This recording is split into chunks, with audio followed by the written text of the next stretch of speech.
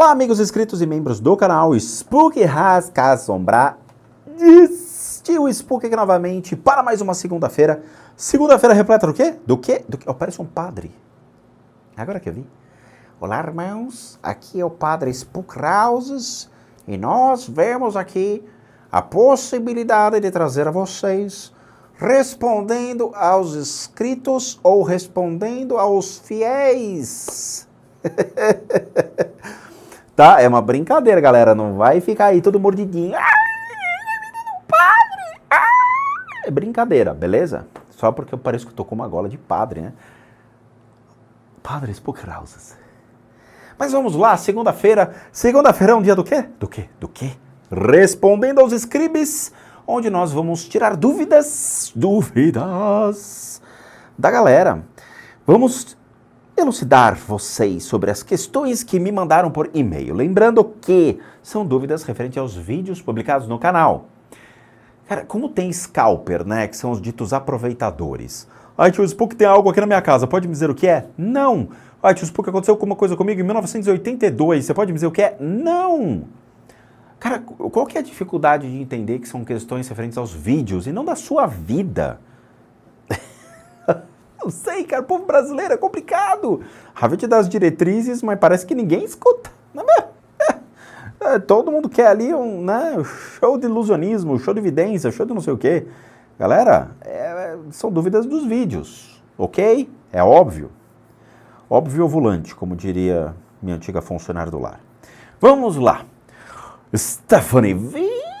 Stephanie o quê? V. É V. Tio Spookies, você passou... Nossa, eu babei. Tio Spookies, você passou muitos anos na Umbanda. E hoje segue outro tipo de crença. Mas tem algo na Umbanda que você ainda acredita que funciona? Eu nunca disse que a Umbanda não funciona. Nunca disse. Nunca. Nunca. Nem todo mundo tem acesso às práticas do Oriente, infelizmente. Claro que tem. Vocês aqui não sabem procurar. Vamos lá, Stephanie. Eu nunca falei que a Umbanda não funciona. Nunca. Ao contrário, todos os vídeos que eu trato sobre o tema Umbanda, eu falo com uma grande admiração, grande respeito, e eu falo para todos terem a possibilidade de irem a um centro de Umbanda e vivenciar o que eu vivi. De novo, vocês criam palavras nas minhas bocas, vocês inventam coisas, fake news e o escambau. Eu odeio esse tipo de coisa, da mesma maneira que o próprio Siddhartha Gautama sempre falava. Você pode não gostar de mim, mas nunca distorça as minhas palavras. Novamente, a Umbanda foi e sempre será um grande aprendizado que eu tive na minha vida. Um aprendizado de humildade, de cooperação, sabe? Todo mundo tá lá em pró ajudar as pessoas, a aprender com as pessoas, a entender o processo de incorporação, a trabalhar a ideia de incorporação. Imagina, foram mais de 10 anos ali, sabe? Trabalhando, entendendo, compreendendo, com as guias no pescoço, vestido de branco e vivenciando aquela energia. Cara, é maravilhoso. Quando começa os atabaques ali, você entra naquele clima, você fala, cara, é demais. Tá? A dança, a harmonia, as roupas, a cultura em si é a coisa mais linda. Eu sempre falo para as pessoas, vão e aprendam. Por que eu saí da Umbanda? Porque eu percebi que eu precisava de algo a mais, ok? Eu precisava entrar dentro de um outro contexto para desenvolver cada vez mais a minha espiritualidade. Ou seja, a Umbanda, ela tem suas limitações, da mesma maneira que o espiritismo kardecista também tem. Eu precisava aprender coisas novas, então eu fui aprender com grandes mestres. Ah, mas nem todo mundo tem a possibilidade de ir para o Oriente. Querida, nós estamos em 2021. Tem milhões e milhões e milhões de templos budistas e hinduístas no Brasil. É só você tirar o bumbum da cadeira e procurar. O Google está aí para facilitar a tua vida. Só aqui em São Paulo, eu frequentei 2 templos budistas. Eu frequentei, tá? Então, assim, eu dediquei anos, desde 2006, eu acho que foi em 2006 que eu fui pela primeira vez dentro de um templo budista. Em 2006, nós estamos em 2021. Sabe? Vocês colocam empecilhos e problemas aonde não existe. Não, sabe, a lei do conformismo para vocês é algo impressionante. Eu Eu fui atrás desses conceitos em 2004. Em 2004 eu comecei os cursos de terapia alternativa. Em 2004, o que existia em 2004? Quer dizer, 2004 era uma coisa ainda assim, sabe? Quer dizer, por mais que a gente tinha passado por uma época New Age, que foi em 2000, depois disso, a coisa deu uma nivelada e só realmente os institutos que se firmaram com compromisso, o instituto que eu frequentei tinha licença do MEC para poder ensinar. Tá? Então os meus certificados, eles têm essa licença, ou seja, o instituto ele tinha respaldo. Olha que louco, sabe? Quer dizer, então você tem escolas aí, tem faculdades que ensinam terapias alternativas. Você entra no site do MEC, escreve lá terapias alternativas, reiki, acupuntura. Você vai ver que tem 3 faculdades que ensinam reiki. Faculdades que vão te dar um certificado de bacharel naquilo. São registradas pelo MEC. Por que vocês não saem procurando as coisas? Vocês se confortam. Ai, tio Spook, você foi até o Oriente. Meu, o Oriente hoje bate na porta de vocês. Sabe? Quer dizer, é o que o Osho falava. O Osho é complicado, mas o Osho falava, a vida é um grande supermercado. Vocês conseguem achar espiritualidade nas coisas. Sabe? Quer dizer, você vai no supermercado, uma vez eu fui no Extra de madrugada. Sem fazer propaganda do supermercado, mas uma vez eu fui no Extra de madrugada. Eu encontrei um livro do Paulo Coelho para vender. No Extra.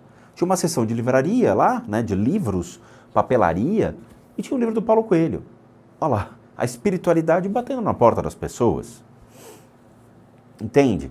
Hoje a coisa está escancarada, sabe? Você consegue achar na internet lugares que realmente você possa aprender. Só que vocês têm que aprender a procurar.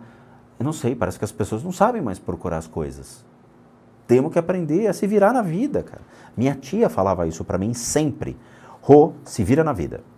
Eu lembro que quando uma vez eu fui para Buenos Aires, e eu, obviamente, tinha 17 anos de idade quando eu fui para lá. E eu não conhecia a cidade. A minha tia deu a chave de casa dela na minha mão e falou, se vira, sai na rua, aprenda, dê a volta no quarteirão e veja as coisas. Sabe? Andava de ônibus, saía de um lugar para outro, ia me divertir. Cheguei junto com meu irmão, ir para as baladas de lá, né?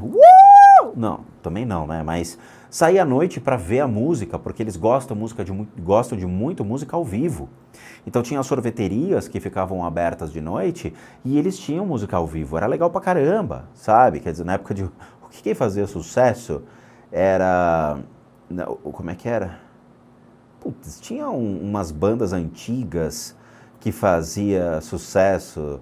Eu nem vou lembrar, mas era o rock daquela época, quando eu tinha 16, 17 anos, sabe? Tocava Mr. Jones, nossa, tinha uma época que eu fui que tocava Mr. Jones nos barzinhos, né? Faz tempo. Mas tem que se virar na vida, cara, tem que ir atrás do conhecimento. Caso contrário... Lina Nepomuceno. Olha, parece aqueles jogos antigos do Nintendo, né? Nepomuceno, venha descobrir o tesouro perdido de Nepomuceno. Tinha o Nabunaga's Ambition, era um jogo. Hoje eu tô nostálgico. Nabunaga's Ambition era o nome do jogo. Ok, confundido com Nepomuceno Ambition. Bom dia, tio Spook. Tudo jóia? Nabunaga's Ambition. Aí a gente zoava, falava, Nabunagas não vai nada? Primeiramente, gostaria de agradecer imensamente a limpeza que você fez. Olha só que eu não sabia. Realizou na casa da minha mãe. É incrível como a diferença nos ambientes é perceptível e o clima mudou completamente desde então.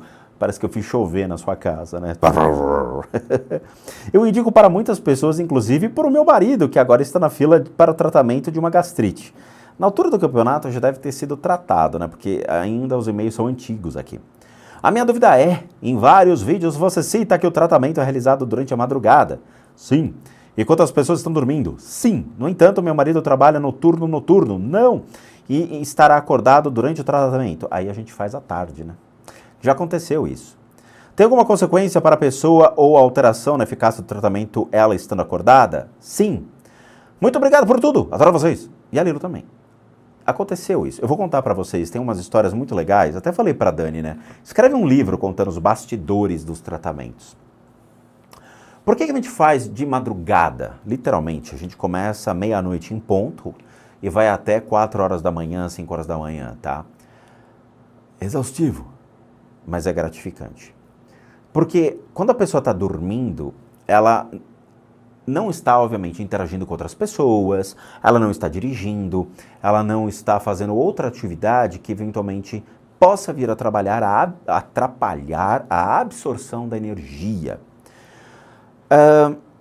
Teve um DJ famoso aqui de São Paulo que entrou em contato, tá? Ele falou, olha, eu preciso de ajuda, vocês podem me ajudar, tal, eu estou me sentindo mal, a energia das casas noturnas tem me feito mal, tal, mas é meu trampo e eu queria passar por uma sessão de vocês. Tá bom, perfeito. Ele foi lá, combinou com a Dani, fez, né, pagou o tratamento, tudo certinho, e a gente resolveu fazer. Mas a gente não tem esse negócio placebo, porque ninguém sabe quando vai ser tratado. É dada uma estimativa dentro de uma lista de espera, mas a pessoa pode ser tratada muito antes disso, tá? Por que existe uma fila de espera? Porque a demanda é grande, sem dúvida nenhuma, porque também nós temos outros compromissos também aqui, seja o meu canal, seja a questão do dia a dia, a gente tem que tocar muitos outros projetos e tudo mais, então a gente tem que estar, obviamente, compensando as coisas. O desgaste de trabalhar de noite também é grande, tá? Porque a gente tenta dormir de manhã, mas os vizinhos são muito barulhentos de manhã e a gente não consegue. Pra vocês terem uma ideia, eu vou dormir, sei lá, 4 horas da manhã e levanto às 9. E não durmo o resto do dia. É sério, tá? Então eu fico acordado o dia inteiro a partir das 9, 9h30 da manhã e vou embora. Então, o DJ contratou a gente fez a sessão sem ele saber, tá? Não marcamos, que não existe agenda de hora, não existe nada disso, para evitar o efeito placebo. E ele dormiu sobre as picapes. No dia seguinte, ele mandou um e-mail rindo, falando, velho, vocês me trataram ontem, né? Sim, como é que você soube? Porque já tinha passado mais de uma semana da contratação do serviço. Ele falou, cara, eu dormi trabalhando. Eu estava discotecando durante a semana, me deu sono e ele dormiu. Esse é o efeito que acontece. As pessoas dormem. Por que dormem? Tá? Muito simples. Nós temos uma camada muito grande de energia densa e ruim sobre nós. Composta por formas de pensamento que envolvem nosso corpo de energia, tá? Nosso corpo de energia são várias camadas e dentro dessas camadas existem formas de pensamento que estão em volta e dentro dos pontos de energia.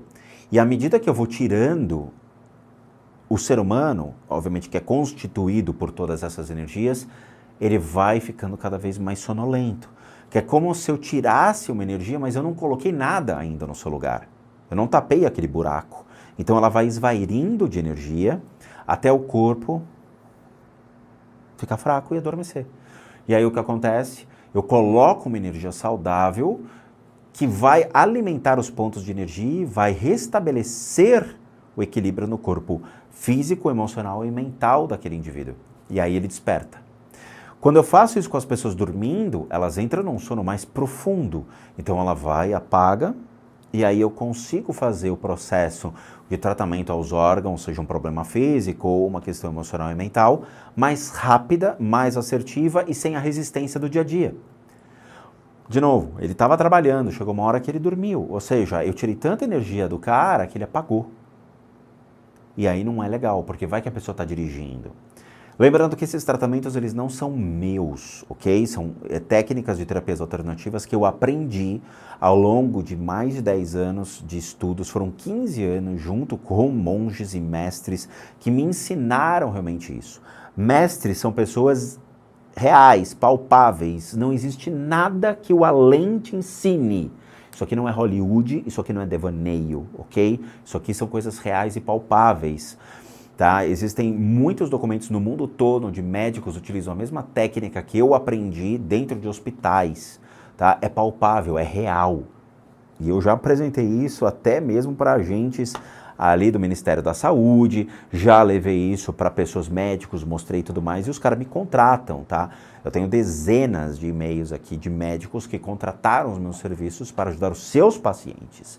E isso não é vergonha, ao contrário, isso é potencializar a possibilidade de cura dentro do critério das terapias alternativas aplicadas à medicina tradicional, ok? Então, por isso que eu falo para as pessoas, eu prefiro que as pessoas estejam dormindo. E aquelas pessoas, por exemplo, do Japão, ou pessoas que vivem em um fuso horário diferente do Brasil, aí sim a gente se adapta aqui. Então o cara tá lá, sei lá, um horário completamente absurdo e a gente precisa fazer o processo. Então, às vezes, 3 horas da manhã, sei lá, puxa, no Oriente Médio, aqui seria, 8 horas da noite, sei lá, tô chutando, ok? Então a gente tem que se adaptar aos fusos. Então tem certos horários durante o dia que eu faço 1 hora, 2 horas de tratamento às pessoas que estão dormindo em um outro lugar. É assim, a gente se vira nos 30.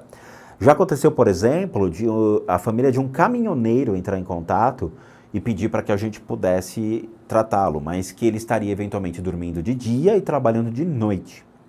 E aí a gente tem que realmente se adaptar a essa situação, tá? Cada caso é um caso, cada pessoa é uma pessoa, mas é por isso que a gente faz esse processo, tá bom? Sempre, sempre, sempre pegando a pessoa dormindo. E ela nunca sabe quando vai ser tratada. E você sabe disso, Lina, porque você provavelmente recebeu um e-mail falando sua casa foi limpa, sem você saber. Sem, nós não combinamos horário com ninguém.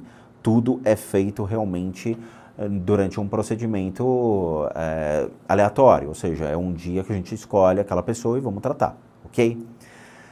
Idem as pessoas que moram em outros fusos horários, tirando uma ou outra exceção, no caso do caminhoneiro, por exemplo, eventualmente se ele trabalha todas as noites e dorme durante o dia, beleza, mas se o cara fala, olha, tal dia eu estarei em casa, o porteiro, aconteceu com um porteiro uma vez, o porteiro falou, ó, eu trabalho no turno da noite, mas tal e tal e tal dia eu estou em casa dormindo, aí beleza.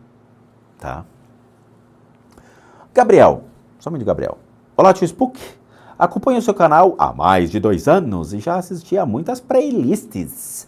Terminei algumas e maratonei os incríveis podcasts também. Eu adoro os podcasts, cara. Puta, eu gostaria que todo mundo assistisse ou escutasse os podcasts, porque é um aprendizado que eu adquiri e eu compartilho com vocês. São livros raros, que eu sei que a maioria nunca compraria, e que trazem informações tão legais, cara. Bom, os conhecimentos aprendidos com o Senhor me fizeram mudar a vida e despertar a consciência em muitos aspectos. Minha dúvida se remete ao destino final da alma humana. Sei que há o processo da roda da vida, onde nós evoluiremos ou iremos regredir, e dependendo da evolução, podemos até ir para outros mundos e civilizações. Isso não se consegue comprovar, tá? Se a gente realmente vai para outros mundos e civilizações. Acredita-se que a consciência ela é tão elástica e tão interminável que, eventualmente, se levaria para outros lugares do mundo. Tá? Acredita-se. Bom, onde a espiritualidade é mais avançada, não se sabe se a espiritualidade é mais avançada em outros mundos. E nossa missão será outra. Talvez será, não sei, construir outra civilização, destruir outro planeta, sei lá. Ou conquistar a Ásia, a Europa e a Oceania. Mas e depois de evoluirmos o máximo possível? Não sei, a gente é um Digimon? E depois de cumprirmos todas as nossas missões, aí você ganha 10 exércitos, sei lá. Alcançaremos um patamar de completa iluminação da consciência, nos juntaremos aos deuses num paraíso? Não existem deuses. Existe um paraíso? Existe, fica depois da consolação, antes do outro lado da consolação. Ou a roda da vida é sempre eterna e sempre existirá novos propósitos? Não se sabe, Gabriel. De novo, tudo é uma grande ilusão, assim como o samsara é. Sempre queremos estar numa posição melhor e contínua. Dentro do budismo tibetano e dentro de outras religiões, acredita-se que realmente a alma ou a consciência, ela é algo eterno. Aquela história, né? Você pode destruir o meu corpo, mas a minha alma, o meu espírito, a minha consciência, você nunca destruirá. Porque nós sempre estaríamos dentro de um processo constante de evolução e entrando cada vez mais ou reencarnando no planeta Terra ou especulamos que, eventualmente possível, talvez, quem sabe, ingressaremos em uma jornada em outros mundos. Por que isso? Veja, a única coisa que eu sei, por observação, é que existem mentes tão brilhantes que não tem como elas serem uma mera evolução dos seres humanos ao longo de toda a história do planeta. Sabe, Tesla, tem muita gente notável que você fala, cara, esses caras eram tão geniosos que eles não poderiam ter sido simplesmente mais uma consciência de uma pessoa em evolução aqui na Terra. Então, acredita-se que, dentro do princípio da elasticidade da consciência e da magnitude de outros planetas e outros universos, que se especula existir outros universos, mas na imensidão do universo, as consciências podem ser elásticas e se comunicar exatamente assim, renascendo ou reencarnando em possíveis outros planetas. De novo, o que eu estou falando é uma especulação. Não tenho como base científica isso, nem como provar isso, a não ser por uma mera observação dizendo que existem fenômenos aqui na Terra em que naturalmente não se daria a evolução do ser para se atingir esse objetivo. Ou seja, a magnitude dessas pessoas fizeram uma diferença monstruosa. Então especula-se sobre isso, sobre missões na vida, sobre... E tudo isso é uma grande especulação. Você não sabe sua missão. Qual que é a sua missão? Sei lá, conquistar a Ásia, Europa, Oceania, destruir os exércitos vermelhos, conquistar Vladivostok, Dudinka, Groenlândia, sei lá, cara, Mackenzie. Quem jogou War sabe o que eu tô falando, né? Ou saber quem foi lá que matou na sala de jantar com o candelabro, não se sabe. A única coisa que você tem que fazer é existir. A única coisa. Exista. Exista. Ok? Entre no mundo, observe a natureza do mundo, observe a sociedade, entenda as leis, as regras, aplique-se o bom costume, adquira uma profissão, aprenda, evolua como ser humano, entende? Seja alguém, torne-se alguém, faça diferença na vida de alguém. O resto, de novo, não precisa ficar se preocupando. A questão de deuses, não existem deuses, tá? Não existem. Se você escutou o podcast, por exemplo, A Origem de Deus, ou mesmo o Diabo Revelado, você vai entender como surgiu o conceito de deuses. Assim como estava escrito na Bíblia antiga, dizendo foram os deuses que botaram o ser humano na Terra. Quem eram esses deuses? Entendeu?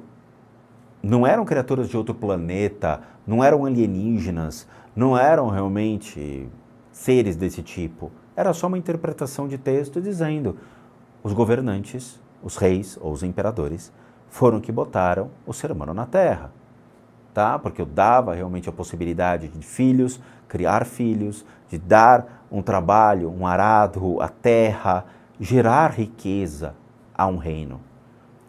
É simples assim, cara. De novo, a gente pensa sempre tão absurdo que às vezes a verdade ela é tão simples e pequenininha que a gente não quer nem saber dela, tá? E a gente já falou isso no podcast, por favor, tá? Então, só colocar o pé no chão, porque eu gostaria também que realmente a vida fosse tão louca assim, vivemos em Nárnia, sabe? Ia ser muito louco, que nem aquele filme da Bússola Dourada, né? Que cada um tem um bichinho de estimação que representa o seu caráter, não era uma coisa assim? Que tinha uma mulher que tinha uma cobra, então ela era traiçoeira. Pô, ia ser louco se cada um tivesse um bichinho que representasse o seu caráter, né? Puta, ia ser legal, viu? Bom, vamos lá. Jessica. Olá, equipe Spooky Houses. Eu tenho uma curiosidade sobre os tratamentos. Eu queria saber se já existe algum registro de atendimento utilizando as técnicas que vocês trabalham direcionadas para crescimento de estatura. Isso aqui é boa. Se sim, foram alcançados resultados positivos? Ou caso ainda não tenha registro sobre esse tipo de tratamento, teria a possibilidade de ser realizado em alguém? Como que seria esse atendimento? Você partiria por um raciocínio de um princípio da medicina tradicional, tipo conseguir reabrir as epífises do crescimento, o que no momento a medicina ainda não conseguiu? Eu não sei o que são epífises. Para alcançar objetivos positivos, ou seria um trabalho voltado para a aceitação do eu, Espero que não seja uma curiosidade muito boba e qualquer coisa me desculpa, mas eu ficarei grata pelas respostas. Adoro o trabalho e aprendo cada dia um pouco mais. Obrigado pelos ensinamentos. Jessica. Vamos lá. Em todos esses anos dessa indústria vital, eu nunca tive um paciente que precisava de um tratamento para crescimento, tá? Mas existe um protocolo disso, sim. Não fui eu que desenvolvi, ok? Vamos lá. De novo, existem 2 institutos a qual eu obtive todo o meu conhecimento, um aqui no Brasil e um nas Filipinas.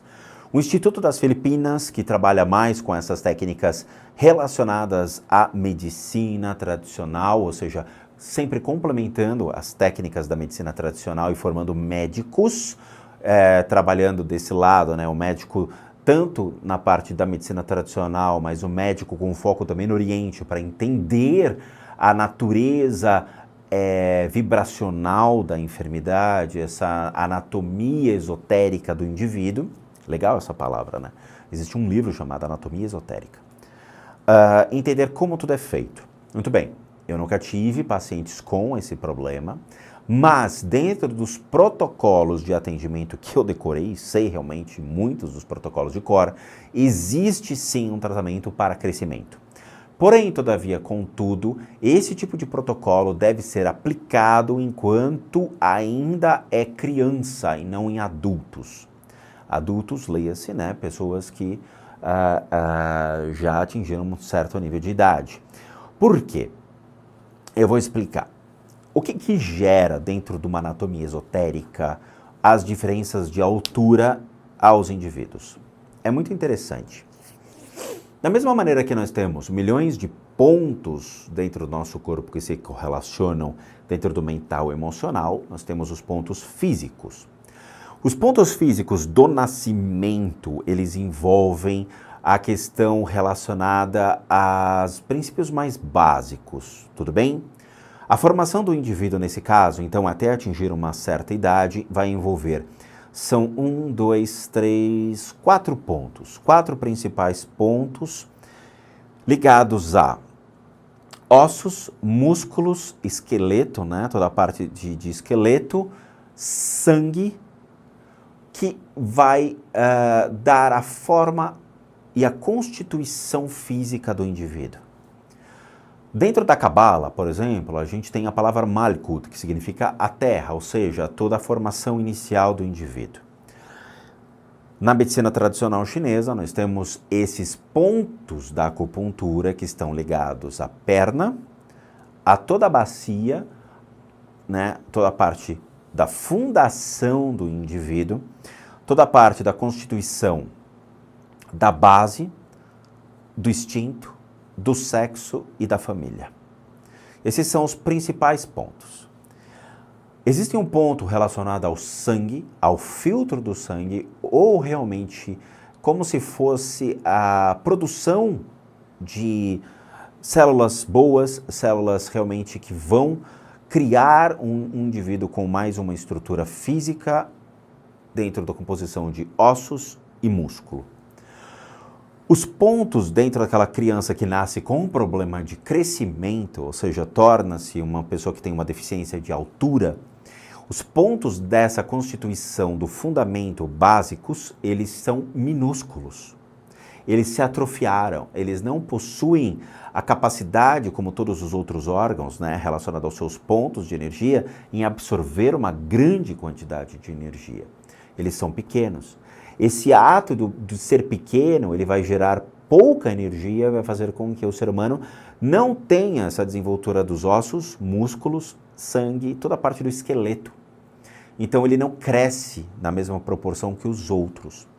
Lembrando que isso está ligado a uma anatomia esotérica e não numa medicina tradicional que nós temos, ok? Estou explicando para vocês o que vocês vão encontrar lendo livros de anatomia esotérica. Então, a partir do momento que descobre-se que vai ser uma criança que tem uma deficiência de altura, começa-se a trabalhar esse ponto relacionado a toda a parte do básico do indivíduo, toda a fundação e a constituição do indivíduo, e faz com que esse ponto consiga absorver mais energia, fazendo com que o corpo crie desenvoltura.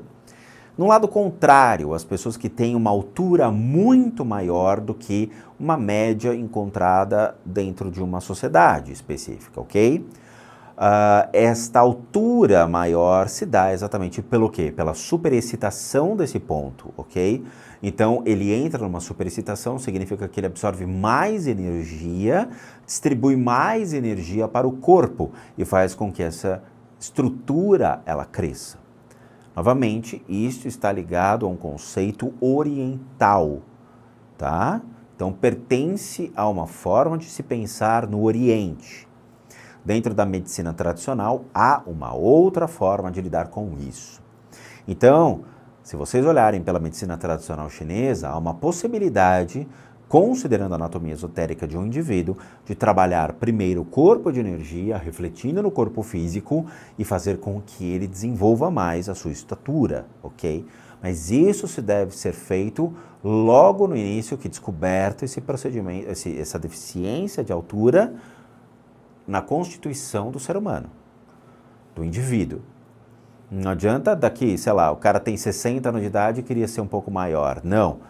Aquele ponto já está acostumado com aquela absorção de energia, o corpo já está formado, então não tem como trabalhar esse tipo de coisa, tá? Lembrando, não é uma técnica minha, não é um aprendizado que eu estou vendendo às pessoas no sentido de, né? Não fui eu que descobri essa técnica, tá? Existe, é uma técnica que existe no lugar do mundo, onde médicos estão utilizando com essa finalidade, tá bom?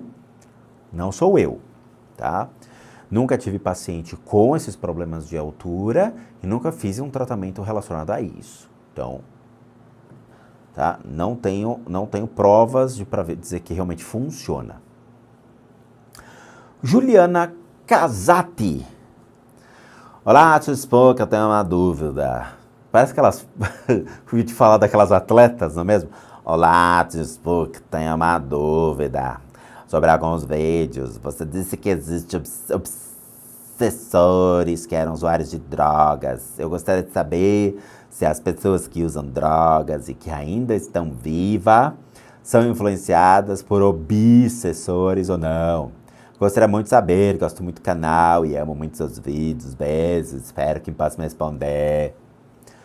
Juliana, como apresentado em vídeo, novamente, o que são os obsessores, não é mesmo? Obsessores são aqueles indivíduos que faleceram e que se tornam obcecados ainda pela sua existência em vida. Tomando como um princípio de que você é aquilo que você vibra, então significa que o seu pensamento ele vai trabalhar a sua consciência pós-morte da mesma maneira que aquilo que você era em vida. As referências que você vai ter pós-morte eram as últimas percepções que você tinha em vida. Se você gostava de drogas, você vai ser uma figura que vai vibrar a sua dependência em drogas. Até porque, quando você consome qualquer substância, seja um alucinógeno ou qualquer coisa que altere as suas percepções, isso fica registrado no seu corpo de energia. Esse registro no seu corpo de energia vai se apresentar quando você falecer, ok? O corpo de energia do indivíduo, ele fica com aquelas marcas, o que fica até mesmo facilmente ser explicado por clarividentes, videntes, pessoas que olham para aquele espírito e falam, já sei do que ele morreu, porque fica o registro. A partir do momento que você é aquilo que você vibra, esses seres vão atrás de pessoas que vibram aquilo que elas querem, ou seja, a droga, porque era aquilo que fazia com que elas se sentissem vivas. Então elas vão ser obsessores de pessoas vivas enquanto consumirem aquela substância que fazem com que esses seres ainda sintam ali a sua existência. Um fato que comprova isso, por exemplo, na Tailândia e em outros lugares do Oriente, há oferendas de alimentos, cigarros, bebidas e comida para essas pessoas. Então, eles fazem essas oferendas a esses obsessores, eles têm nomes específicos, que vêm ainda ter este prazer que eles tinham em vida, ok? Isso ajuda, em alguns aspectos, a desenvolverem uma percepção, uma consciência que eles estão mortos, tá? Porque a cerimônia em si é para mortos. Então, eventualmente, em algum momento, eles adquirem essa percepção e aí eles conseguem voltar novamente a um processo de reencarnação, tornando-se seres humanos novamente, ok? Esse é o princípio. Então, eles vão influenciar como gatilhos aqueles que estão vivos. Então, as pessoas podem consumir mais bebida alcoólica, podem fumar mais, podem eventualmente ter mais necessidades de consumo ou trocar por drogas maiores, né, ou piores, no caso, que pode acabar realmente levando uma pessoa a vícios mais complicados. Tiago Faller. Olá, Rodrigo. Meu nome é Tiago e tenho algumas dúvidas. Na playlist Faça Sua Limpeza de Casas Umbanda, parte 1, você conta sobre uma oferenda feita na porta do banco, e que no dia seguinte não havia mais e que alguém poderia ter chutado. Alguém chutou. Minha pergunta é, o que fazer se alguém pisar acidentalmente em uma oferenda? Tem algum risco? Ih, pisei! Aí você prefere pisar um cocô de um mendigo, né, ou de um cachorro, do que realmente pisar numa marafa ali, numa oferenda, né? Assim, vamos lá. Eu acho muito legal o medo das pessoas com relação a esse tipo de coisa. Claramente, né? A gente não sabe o que vai acontecer, desagradou o santo. Um bandista iria dizer para vocês que eventualmente não teria um problema, já que foi um acidente, e os orixás iriam entender plenamente que aquilo foi um acidente, não foi proposital. Quando você gera a forma pensamento de propósito, dizendo, porra, vou dar uma bicuda nesse negócio aqui, porque eu não acredito, é pior do que você pisar por acidente, ok? Mas, eventualmente, caso, eu vou falar de uma maneira muito simplória, mas caso, depois que você pisou acidentalmente, a sua vida começou a ficar zoada, eu recomendo que procure um centro de Umbanda e faça um processo de limpeza e purificação dentro deste centro de Umbanda. E aí converse com o dirigente da casa e explica que acidentalmente você pisou ali numa oferenda. E aí ele provavelmente vai lhe dar alguns conselhos e vai verificar o que pode ser feito, ok? Seria a coisa mais sábia a ser feita. Olha, pisei, e agora? Acho que eu vou pedir auxílio para os universitários da Umbanda, não é mesmo? Mas acontece. Qual é o jeito certo de rezar em voz alta ou em pensamento? Essas minhas dúvidas eu agradeço. Dúvida, abraço. A gente colocou um vídeo falando sobre qual é a melhor maneira de se rezar. Então eu recomendo que vocês assistam. Mas, novamente, rezar em voz alta parece que você quer impor alguma coisa a alguém, não é mesmo? Tipo, eu tô em casa, eu vou rezar. Aí fica lá gritando, Pai Nosso, que estás no céu! Fica lá no quarto, né, gritando. Você não precisa se convencer da oração e nem realmente utilizar dos gritos da sua oração para dizer o quanto realmente você acredita naquela crença, né? A oração, ela não é um processo de autoafirmação, ela é um processo de entrega momentânea ali à sua crença, numa ideia de criar uma união entre você e aquele momento de entrega à sua crença, ao momento de conviver com aquela sensação gostosa de você respirar forte, ter um minuto para você e fazer toda a sua prática, né? Eu não sei, depende de cada crença. Mas não necessariamente você precisa ficar gritando, basta você falar baixinho ou fechar os olhos e se concentrar na sua oração. Quando a gente fala baixinho, a gente joga a nossa mente para as palavras que estão saindo de nossa boca, que nos ajuda a prestar atenção naquilo que está sendo dito. Você não precisa ficar gritando, né? Que nem meus vizinhos aqui que ficam, Neida! Neida, querida, você não sabe com quem eu falei essa semana. Aí você tem que fechar a janela porque, pô, querida, não me interessa. Fala na sua casa. É sério, acontece. Neida, querida. Tá bom? Não precisa ficar falando alto. A oração é sua intimidade, sua particularidade. Não precisa falar alto. Pode só pensar, fica tranquilo na sua, tá bom? Vamos lá. Adilson Nunes. Boa tarde, tio Spook. Se o Deus bíblico não é o que acreditamos realmente, por que preciso da oração e devoção a essa divindade?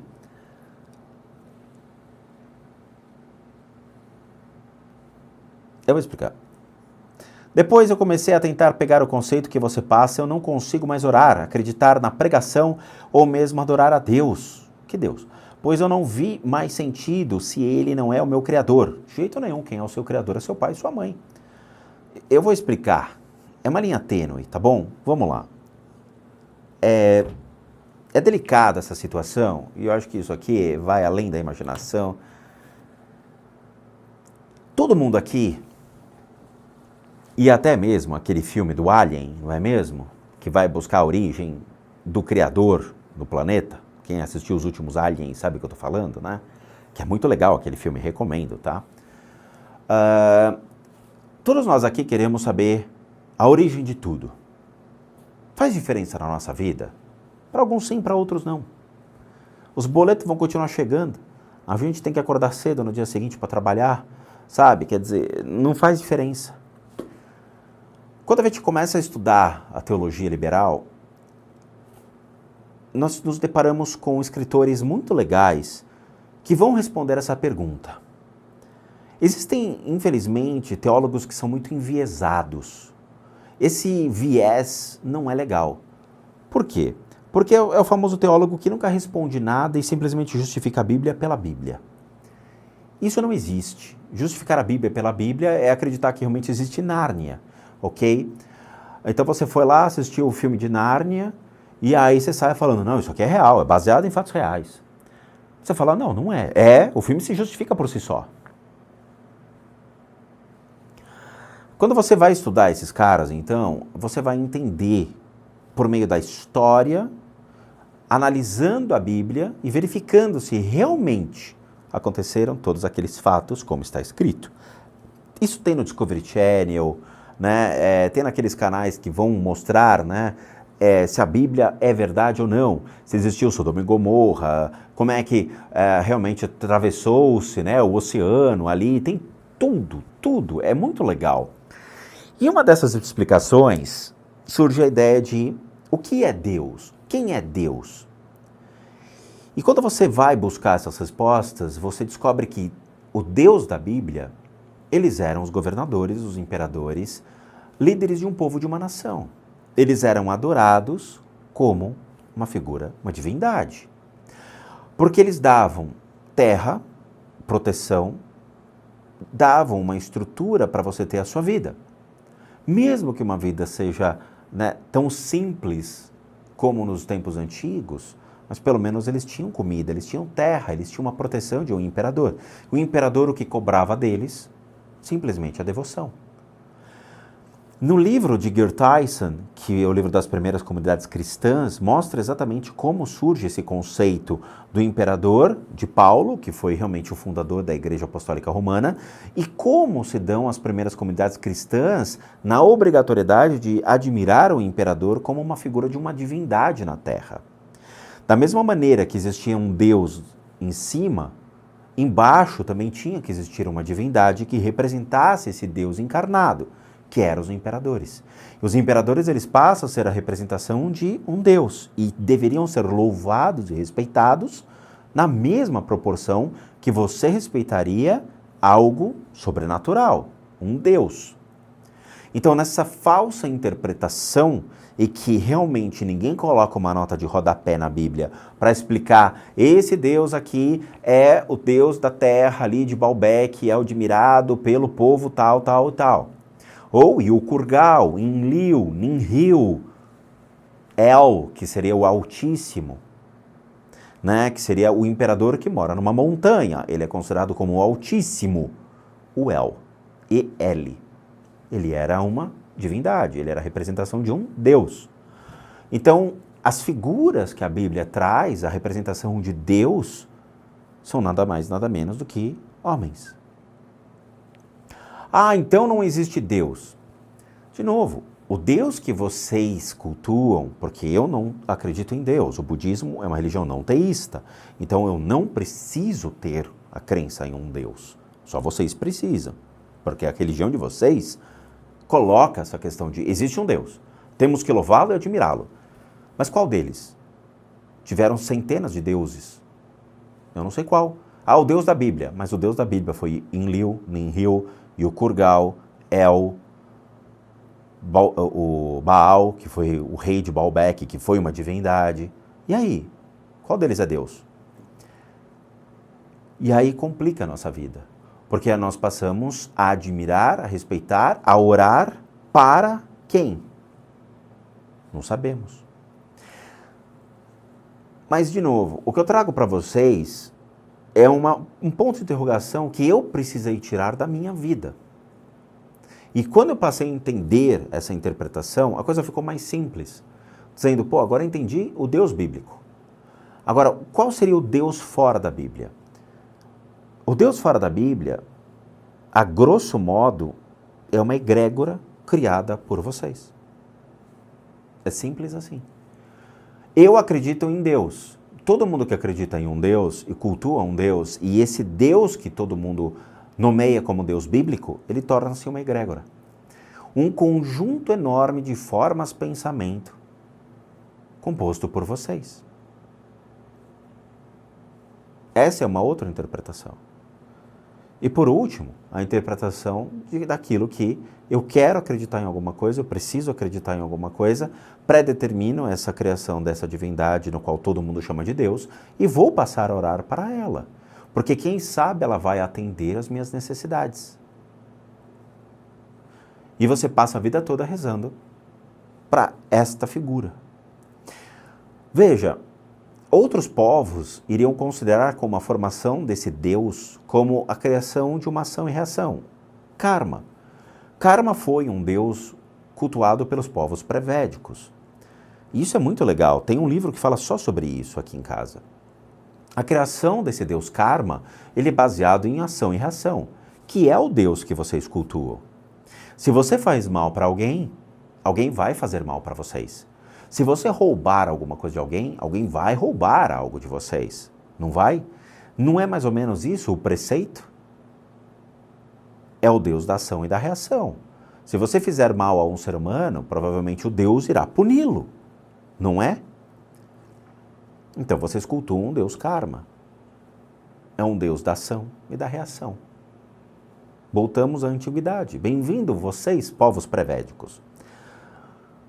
É muito complicado. Não se pode tirar a crença, a fé de um indivíduo. Por mais que eu tente elucidá-los, eu não tenho o direito de colocar à prova a fé de vocês. A fé deve ser realmente inabalável, mas ela deve se sobrepor à ignorância. Ignorância não é burrice, ignorância é não saber ou desconhecer. A partir do momento que você conhece, entende de onde vem a palavra Deus e as interpretações dentro de um processo de exegese dos livros, e você buscando pela teologia liberal entender o que é Deus e buscar elucidar-se cada vez mais dentro desse assunto, você vai chegar na mesma resposta que eu estou lhe dando. E aí sim, a sua fé que vai predeterminar. Devo ou não devo rezar, acreditar e cultuar algo que morreu na Antiguidade, no Império Romano, na Suméria, nos persas, nos babilônios. Esse é o fato, esse é o ponto. Vai depender de vocês. Sabe, eu passei por diversas religiões. Religiões não teístas e religiões teístas. Religiões que acreditavam em um Deus e outras religiões que não acreditavam em deuses, nesse sentido, né? Aí é com vocês. Realmente, o ato de orar, ele é um ato para você. Não é um ato de você comercializar a sua fé. Você não precisa... Porque quando a gente fala, cara, eu estou orando para um Deus, ou orando para Deus, parece que você está fazendo uma moeda de troca. Deus, eu estou orando para você, então você me dá aquele carro. Deus, eu estou orando para você, então me faz ganhar na loteria. Deus, eu estou rezando para você, então me faz ganhar aquela mulher linda que eu sempre quis. Oração não é uma moeda de troca. A oração serve para você com a finalidade de você se organizar emocionalmente e mentalmente. Vamos lá. Quando uma pessoa fuma, muitos médicos convence uma pessoa a usar um cigarro falso só com o ato de respiração, que é o que geralmente uma pessoa que fuma faz. Ela respira. Ela respira, inspira e expira. Só que ela está fazendo isso com o cigarro.